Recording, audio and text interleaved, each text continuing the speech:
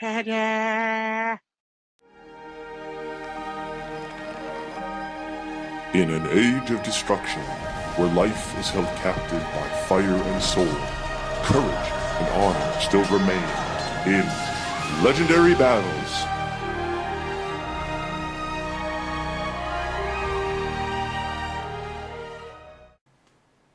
Hello fantasy gamers, Matthew here from Grey Army Gaming in the happy, homogeneous, utopian north. Today we're going to be playing 150 points of Lizardmen versus 150 points of Dwarfs in a scenario that we are calling Rescue of the Royal Regent. Now the idea here is that the Dwarves are taken captive of a Royal Regent who was going to go and serve as the leader for the sick king. And the Lizardmen now are sneaking in with a secret attack to try and reclaim the Regent and pull him off the board safely. This should be pretty exciting. We'll see how it goes. Small armies, but a lot of shooting going on, a lot of movement, a lot of fighting. Before we take a look at the armies and before we take a look at the boards, let's of course take a look at the legend itself. The great King Laz-Inaash of the Lizardmen tribes of the Southern Kingdom has fallen ill, and the call has gone out to Prince Ixchua of the neighboring regions to step in as regent. The dwarves of the north, upon hearing this news, have seized upon the opportunity to weaken their hated scaly enemies by intercepting the prince on his eastward journey. Following a flawless capture campaign, the dwarves have pulled back to a remote wilderness area where they have thrown the captive prince into a makeshift cell as they await instructions from King Thromgril regarding their next move. But little do they know that a small band of Lizardmen warriors has silently pursued the dwarves in the morning mist, waiting for the perfect moment to rush in so as to rescue their captive regent.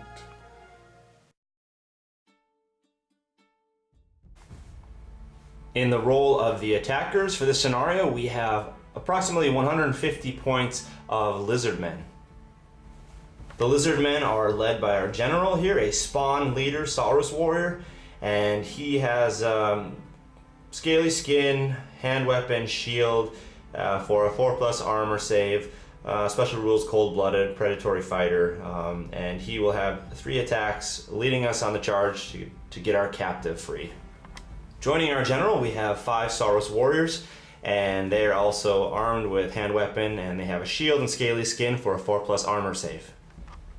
For artillery we have 7 skink archers, and they have also scaly skin. They have hand weapon, shield for a 5+ armor save, and they have short bows for 18-inch range, strength 3, so this will be helpful in leading the charge. Finally, captive in the cage is going to be our prince, and our prince has the stats of a normal Saurus warrior. If he is freed, he will be able to join the attackers in trying to get him off of the board. So there you go, a small group of approximately 150 points of Lizardmen. For the defenders in this scenario, we have the Dwarfs, approximately 150 points of Dwarfs. The Dwarves are led by a long-beard old guard, and he has shield, heavy armor, hand weapon for a 4+ armor save. Some interesting rules here. He's immune to psychology. Old Grumblers allows others to take or to reroll panic tests within 6 inches of him. And of course, as a normal dwarf, he has relentless, resolute, shield wall, and so forth. Alongside our general, we also have 3 Longbeards, and they are armed in the same way: shield, heavy armor, hand weapon, 4+ armor save. And bringing in the force to the army, we have 4 warriors here who have heavy armor, great weapon, shield, so they have a 4+ armor save, +2 strength on their attacks. And finally, for our artillery, we have 5 Thunderers, heavy armor for a 5+ save. We've got a handgun, a dwarven handgun, hand weapon, and they will be shooting 24 inches. So there you have it, approximately 150 points of Dwarfs. Here is the battlefield that we will be using today. Pretty standard 4 foot by 4 foot. We've got a lot of trees, a lot of rocks, a lot of places for the Lizardmen to hide. In the center here we have our cage and our prison, which is set up already with our prince inside. And according to the rules now, what we will do is we will have the Dwarfs will deploy their entire army first, and then the Lizardmen will be given a chance to then roll to see which side they begin on and deploy themselves. Let's set up the Dwarfs to start. A pretty fortified little area here. We've got our general in the middle with his inspiring presence, and then what we've got is thunderers on each corner of the prison. We've got a thunderer in front of the door here so they can get some shots off. A couple warriors here, a couple warriors over here, and then we've got a longbeard here, a longbeard on the back side, and a longbeard over here. So we should be covered on all directions depending where the attack will come from. Let's deploy the Lizardmen now. And this points out now the northerly direction. We've got north, east, over here, south, and west. So a 1, 2, 3, 4. Let's roll a d4 to see which board edge the Lizardmen get to deploy on. And that will be a 4. So that will be over here, the western side. And here is the deployment for the Lizardmen. We are 12 inches from the board edge. Remember now, in the rules of this scenario, they will be given a surprise attack move at the start of their turn, which will allow them to move 12 inches, something like fast cav. What we're going to do here is we're going to try to sprint these guys over into this forest. We'll leave these guys right here, and this row is set up here nicely for a charge onto 4 or 5 of these guys right here. Before we do surprise attack moves, let's roll for our ancestral grudge, and we got a 1. And what that means now is that our general here will have a hatred grudge against the general of the Lizardmen. To start out the turn here, before we actually begin anything else, let's do our surprise attack. Let's move these 4 guys 12 inches and see if we can get them up in the forest. There is their final position. We've got 3 in the forest and 1 just outside of the forest. Turn 1 will go to the Lizardmen. Lizardmen, turn 1. Charges to declare. Let's not waste any time here and get right to it. Let's have this first Lizardman here. He will charge over onto this warrior. That warrior will hold. Let's have the second Lizardman, Saurus warrior, charge onto that dwarf warrior. He will also hold. Let's do this and have this warrior charge over here into the Longbeard. No, on second thought, let's take that back. Let's have him charge over here into the dwarf warrior, excuse me, the dwarf thunder. And the dwarf thunder will do a stand and shoot. Okay, so the thunderer will now be shooting a shot off, and he has no penalty for the stand and shoot because his handgun is dwarven made. So he will be now hitting on 3s, and there is a hit, wounding on 4s, and there is a 2, so that was no wound. Continuing on with the charges, we will have our general attack the Longbeard here, and the Longbeard will hold. We'll have the second Saurus warrior go try to also... Oh, where should we send him? Let's have him go also into the Longbeard, and the Longbeard will hold. And let's have our final Saurus warrior attempt to charge into up the hill into that thunderer over here on the corner. And the thunderer will do a stand and shoot. Same thing now, hitting on 3s. There's a hit, wounding on 4s, and once again, no wound. Let's roll these out and see if we get in. The first one here, we need to roll at least a 3. He is fine with a 5. So he will come crashing up like so, right into the front, and then turn to maximize into base contact. See if we can keep him up there. Okay, second one is in automatically, and he will come crashing in onto the front of this warrior like so. Also see if we can keep him on the hill. And this guy right here will need to roll a 4, and that's a 3 failed charge, so we'll move ahead 2 inches. So for this one now, rolling a 3, and we get it no problem with a 6, so we'll move him up into contact. We'll just put him at the bottom of the hill now for convenience sake. This guy right here, we need to roll a 6, and he just made it, so he will go crashing up into the thunder on top of the hill. Like so. And our last one here now, we need to roll an 8 to get all the way over here to the Longbeard. So rolling an 8, and we got a 7. Failed charge, 5 inches ahead. 5 inches, bringing us right there. No remaining moves. We'll keep those archers there in place in the woods. We'll keep those archers there. We don't want to get a penalty for movement. So that is where it will stand with those chargers and the end of the movement phase. Lizardmen shooting phase. Let's start out with each one of these skink archers. We're going to have them fire over here at the general. Remember, we're playing a Regiments of Renown type game here, so each one of these will fire individually. For convenience, I may just roll them all together, but we'll have those three shooting over here in the general. All three, of course, have line of sight directly onto the general with nothing hindering them. All right, let's roll all three of these together. We are going to be hitting on 6s because long range. So hitting on 6s, there's one hit, wounding on a 5, and we got a wound. Wow, that was a good shot there. And we will have an armor save on a 4+. So a 3. No, actually that one skink is able to take off our general single-handedly. So that general, boom, goes down like that. An absolutely incredible shot by our little skink, charging out of the forest, shooting an arrow at the general and picking him off. Arrow flies right underneath the armor. Incredible.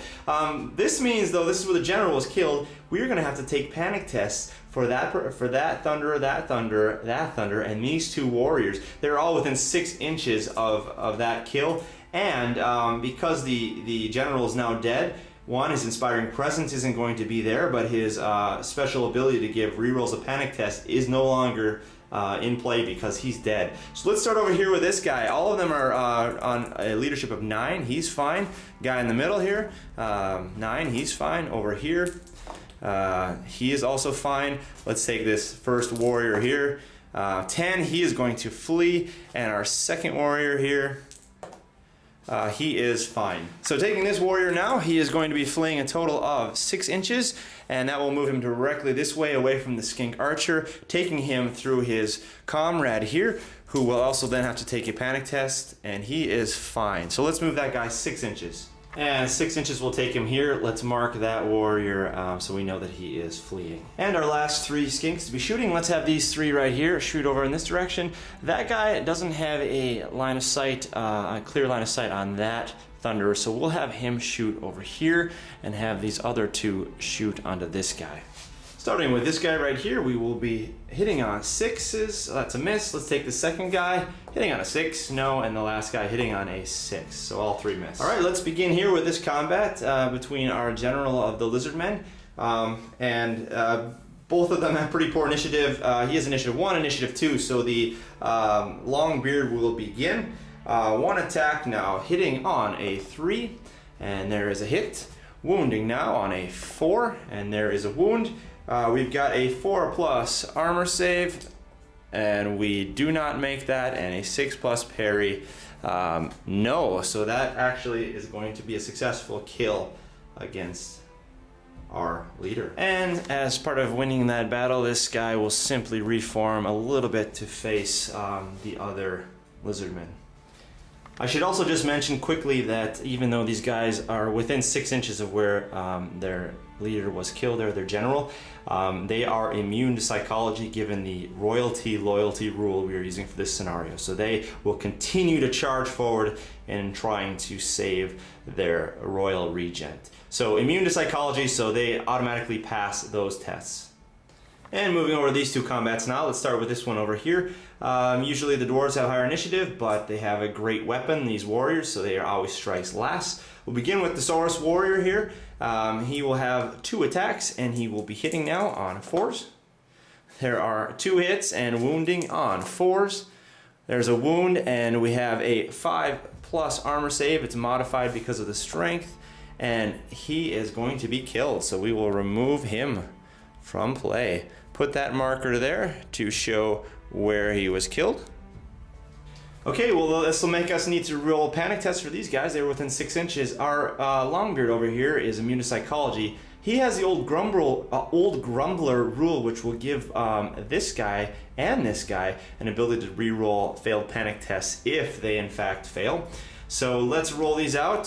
Starting over here, we have a leadership of 9. They are fine. And this guy, leadership of 9, he's also fine, so they'll stay put.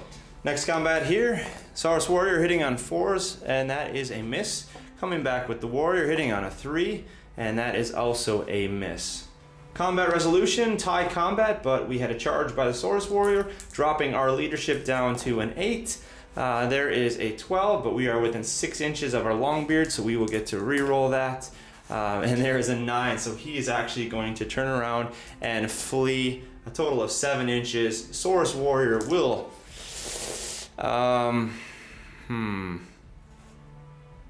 Let's pursue. And that goes 5 inches there. And 7 inches will bring him right through his own guy right here, so we need to take a panic test for this guy. And on a 10, that is a fail, but he's within 6 inches of the Longbeard, so we roll that, and he gets a 5. So this guy is fine. He's going to have to go through dangerous impassable terrain here, so let's take a dangerous terrain test. And he is fine, so he will pop out on the other side of the cage, right next to his other Longbeard friend. And he'll pop out right over here. Let's mark him to know that he is fleeing. And let's go back over here and move our pursuer 5 inches. And 5 inches will bring him right up here and into base contact with this Thunderer. So he will turn and face that Thunderer like so. We should note that this Thunderer was not engaged in close combat, so that will be a charge on him, which we will now carry out in the next combat phase. And our last combat here, the initiative goes to the Dwarfs. So the Dwarfs will be, first of all, hitting on a 3. There's a hit, wounding on a 5, and there is a miss. Coming back now, the Saurus Warrior, and we have 2 attacks, hitting on 4s. There's 1 hit, wounding on a 4, and we have a 6 save because of the armor modifier for the strength, and he misses that. So this guy is going to be killed where he stands. And that will cause a series of panic tests. None of these guys are within 6 inches of the Longbeard, so let's start over here on a leadership of 9, and he is good with a 5. Over here on this corner, same thing, 9, he's fine. Over here on that corner, and he is okay with a 6. And finally over here, if we go over the top, this guy right here, also on a 9, and he is fine as well. So they are all good.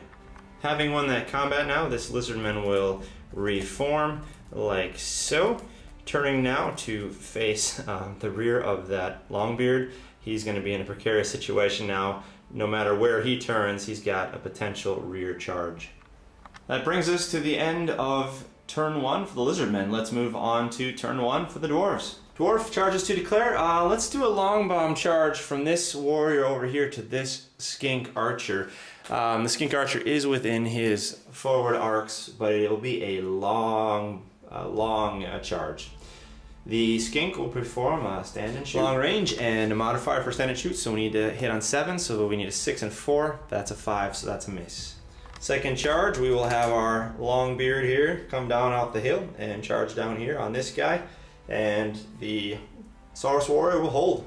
Let's roll these out. First one here, 3 inches. We're gonna have to actually measure that one out, and we are 5 inches out, so that will be enough for us to get right in there like so. And let's move over here to this other one here, and we are a long ways out, so we need to show a 9 on 2 dice. And we show an 8, so we'll have to move ahead 5 inches. And failed charge, 5 inches will bring us right there. Compulsory moves over here, rallying on a 9, and we got it, so we will turn him around, mark him with a 6 to know that he is freshly rallied, like so. And over here, rallying on a 9, that is an 8, so he is good. Let's turn him around as well, and mark him with a 6 to know that he is also freshly rallied. Remaining moves, let's start by wheeling this guy around, and we will move him his remaining 5 inches on a march, of course, facing in that direction.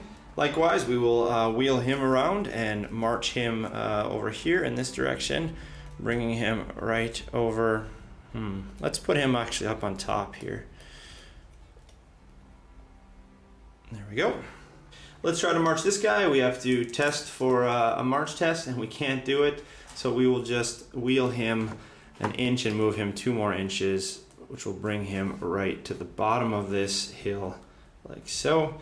And we'll wheel him just a slight bit more, facing him into that oncoming Lizardman. Shooting phase now. We've got only these 2 guys who can shoot. He moved, he's in combat. So let's start out with these Thunderers, and let's make some shots down here. If we look at his forward arc, he actually is unable to shoot any of either of these two guys here. So let's do this. Let's have this Thunderer take a shot here on the guy who's not in cover, and let's have this Thunderer over here take a shot at the guy on the furthest right here who is in soft cover. So first Thunder hitting on this guy, and we're at long range, so hitting on 4s, there's a 5, wounding on 2s, there's a wound, and we have a 6+ save instead of 5+ because of the strength of the weapon, and that will be a kill, so this guy will be taken out right there. Causing a few panic tests here we need to take with the buddies in the woods. Okay, starting here, we got leadership of 5 for all of these, but they're cold-blooded, so we roll 3, disregard the highest. And there we go. So that one, first one is fine. Second one here, also fine. And the last one over here, that is an 8, so he will fail and turn around and run 6 inches. And 6 inches from the nearest dwarf will be that guy. We'll bring him right here. We'll mark him as newly fled. Second Thunder here, hitting on 4 for long range. We got it. Wounding on 2 because of the strength, and we got that. These 5+ saves drop down to a 6+, and the skink does not get that. So if we drop down here, this second skink, this first one in the woods, is going to be killed, causing a potential panic test for the other one. We need to get a 5, we get a 6, so we are going to panic and go 6 inches. So removing this kill right here, and the other guy, we will turn him around his base and go 6 inches out this direction, right past his friend, and we will also mark him as newly fled. So fairly successful shooting phase for the dwarves. All right, let's start with this combat here. The dwarf has higher initiative, so starting in now, hitting on a 3, and there is a hit. Wounding on a 3 because of resolute, extra 1 strength on the charge, so wounding on a 3, and that gives us a 5+ armor save for the Lizardmen because of the strength of the attack. A 6+ armor save because of the strength of the attack, which he misses, and a parry, so he is actually going to be killed. Removing him from combat, this means that his friend over here is going to need to take a panic test within 6 inches. Take away the highest one, and we've got a 5, so he is fine. And reforming here with our Dwarf Longbeard to attack that Lizardman there. And our final combat here, we have this one right here, and the dwarf is starting off higher initiative, hitting on a 3, wounding on a 5, and that is a fail. So coming back now with 2 attacks, the Swords Warrior is 2 attacks, hitting on 4s, and he misses as well. Combat res, we have a tie here, but we have a charge with the Lizardmen, so that will make our lead win the combat by 1, modify leadership of 8, and he's fine. End of the combat phase and end of dwarf turn 1.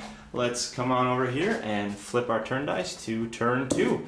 We've got Lizardmen turn 2. Charges to declare. Let's start over here by declaring a charge with this Saurus Warrior on to that Longbeard, and the Longbeard will hold. Rolling it out now, I need to show a 3, and we got it, no problem. So let's slide him in like so. Next, let's do a charge here with this Lizardman onto this Longbeard, and we need to show a 4, and he will hold. We need to show a 4, and we got it with a 7. So let's slide him in, and he is in the front arc of the Longbeard, so he will hit him like so and close the door, keeping in mind that he has a downhill advantage on the charge. And finally, we will charge with this guy, his front arc. The Thunder is in his front arc, and he can't miss that. The Thunderer will perform a stand and shoot. The Saurus Warrior is outside of his normal movement range, so we can perform a stand and shoot here. We have a Dwarven-made gun, so we have nothing, no penalty, but we still miss it. We needed a 3. And with that, we will slide our guy up here. We'll just put him on the bottom of the hill for convenience sake, but those two are now in combat. Compulsory moves, let's try to get this guy saved here on a leadership 5, obviously not. Let's do the second guy here. Cold Blood, 3 dice, disregard the highest, 7, so no. Both of them will continue to flee. Let's see how far they in fact go. The first one will go 4 inches, and the second one will go 8 inches. And 4 inches will bring the first one right over here on the very edge of the board. Dangerous terrain test, and he fails that anyway. Let's remove him. 8 inches will take him off the board, so we will remove all of those. Remaining moves, we've got none, so let's move on to the shooting phase. And let's start with taking these 3 skink archers, and let's try to pick off this thunderer one at a time. Well, here we go. Pretty unlikely, but what the heck. We killed the general with a skink arrow, so let's see if we can do it here. We are at long range, and so we'll be hitting on a 6. So that first one misses. Let's do the second one. Hitting on a 6, no. And the third one, hitting on a 6. All 3 miss. Combat phase, let's start with this combat up here. Higher initiative to the dwarfs, so the dwarves are hitting on 3s, and that is a miss. Coming back now with 2 attacks, the Saurus warriors hitting on 4s. There's 1 hit, wounding on a 4. And that misses there as well. Combat resolution here, we have a charge on behalf of the... No, I'm sorry, there was no charges this round, so actually that is going to be a tie combat. Next one, moving over here. Let's do the same thing, higher initiative to the dwarf. So here we go, hitting on a 3, and there's a hit, wounding on a 5, and there is a wound. We've got a 4+ save for scaly skin, and that does not count, so he is going to be killed right there. And that will not set off any panic tests because we have nobody close enough. After that win, we will simply reform like so, facing the Saurus warrior over in that combat. A little reminder here that we do have poison attacks on the skinks. So if we roll any 6s, that will have an effect. I remember when we shot the general, we rolled a 6, but obviously that worked anyway, so try to keep that in mind as we move forward here. Next combat, we have the Longbeard here, higher initiative. So starting out, the Longbeard, he will be hitting on a 3. That's cocked. Hitting on a 3.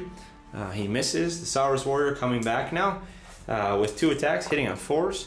And there is 1 hit, and we will be wounding on a 4. And that is a miss. But we have a charge, so that drops our leadership down, but the Longbeard is immune to psychology, so he will stick around. Final combat here, we've got the dwarf here hitting on a 3, and that's a miss. Saurus warrior comes in with 2 attacks, hitting on 4s. There is 1 hit and wounding on a 4. There is a wound, and we have a 5+ save for the dwarf because of the modified armor. He does not get it, and a 6+ parry, no. So that Longbeard will in fact be killed. We're moving in from combat now and taking a panic test on him. For 7, he is fine. We will do a combat reform after the victory here, facing the rear of that dwarf. End of the combat phase for the Lizardmen, moving on to Dwarf, turn 2. Dwarf charges to declare, we only have 1. We're going to declare a charge from here over onto this Lizardman, and he cannot miss, so he has to hold, he's in combat. So let's bring him over here, hitting here and closing the door. We'll turn him like so into the flank of the Lizardmen. Remaining moves, let's start here by turning this guy around, reforming him to face the Lizardman on his front. And remaining moves, let's see if we can march with this guy. See if we are march blocked. Yes, we are, so he cannot march. Let's do this then. Let's swing him around 1/2 inch and move him ahead 2.5 inches. That'll bring him right to the base of this hill and have him face the skinks over in this direction. So perhaps we can get off some good shots later. Not this turn because he moved. Let's see. Let's simply take this guy and we will shift him so, wheel him so, and bring him in here and have him come right in front of the door. Over here, let's see. Let's march this guy up 6 inches, and we will bring him 6 inches back further up this direction. That'll bring him right here. And let's have this last guy, let's have him wheel ever so slightly, 1/2 inch, and we will move him forward the remaining 5.5 inches. And that will bring him right here within charging range now of these skinks. Dwarf combat, let's start over here with this one. We are going to be hitting on 3, higher initiative, good. and we lost resolute, so wounding on 4s. There's a wound. The Lizardman will get a 5+ armor save because of the strength of the attack. No. And a 6+ parry. No. So he will be destroyed right there. And he is not within range of anything else. So everything else is in combat anyway. So that will be the end of that. Let's try to reform this guy so, and have him now facing into the back of that Lizardman right there. Final combat here. Let's start over here with the Dwarf Thunders. We've got 2 of them attacking on the Saurus Warrior, 2 of them hitting on 3s. So there's 1 hit and wounding on a 5, and there is a wound. Then we got a 4+ save, and he saves that. Now the Saurus Warrior is coming back. Let's have him put, let's have him put 1 attack on each. Let's start here with this guy up here, attacking and wounding on a 4, and that is hit. Wounding on a 4 as well. We've got a 6+ save, no, and also a 6+ parry, and we get the parry. So that first guy is good. Let's attack the second guy, hitting on 4s. Wounding on, well, we missed that. So there you go. That is the end of that. Striking back. Combat resolution here. There are no wounds, but we have a charge by the Dwarves and we have a flank, which means the Lizardman loses by 2. But because of our special royalty loyalty rules, he is immune to psychology. He will stay put. End of the combat phase, and that will bring us over here now to game turn 3. Lizardmen game turn 3. All right, we have to make it happen now. This seems like if we don't make it happen now for the Lizardmen, it won't happen. Charges to declare. Let's start out here with this guy charging up the hill, and he has no possibility to miss that. We'll just put him like that, and that will be our combat. Let's see, skinks over here. With these 2 skinks, we have a shot off on this Longbeard, so we will keep them in the woods. But the other guy, his shooting forward arc cannot reach him, so let's actually have him suicidally, seems kind of stupid, but let's have him charge that warrior over there. So declare a charge onto that Dwarf warrior. Dwarf will hold. Movement of 6 for the skink. We need to show a 3. We got it with a 10, no problem. So bringing him here, boom, into base to base. Let's see, let's move on to our shooting now. Both of these guys are within close range, so they will both be hitting on 5s. Let's roll out the first one, hitting on a 5, yes. And the second one, that is a miss. So we got 1 hit there, and wounding on a 5. And that is a miss. Okay, this combat is one of pure desperation. The hope is that the skink can get off attack first because the dwarf has ASL, always strikes last because of the great weapon. So here comes the skink now. We need to be hitting on a 4, and he misses. So there goes our hope. The dwarf coming back now, hitting on a 3, and wounding on a 2 because of his great weapon. And no save for the skink, so the skink is going to be killed there. And back to this combat now. Dwarves hitting on 3s. And there is 1 hit, wounding on a 5, and that is no wound. Coming back now, the Saurus Warrior, once again we will direct 1 wound at each one, so hitting on 4s. There is 1 hit, and we will be wounding on a 4, and so another fail to wound. Once again, a tie combat, but we still have a flank, but he is once again immune to psychology, so he will stay put. And over here, our last combat, the Saurus Warrior begins because we have an ASL, great weapon for the dwarves. So 2 attacks now, and we will be hitting on 4s. So there's 1 hit, wounding on a 4, and there's a miss. Coming back now with our great weapon, we'll be hitting on a 3, and wounding on a 3 because of the great weapon, and 6 armor save because of the modified strength due to the weapon. So he missed, fails that. There is another kill. This guy, after winning that victory, will reform and head up here in this direction, facing now over into this combat.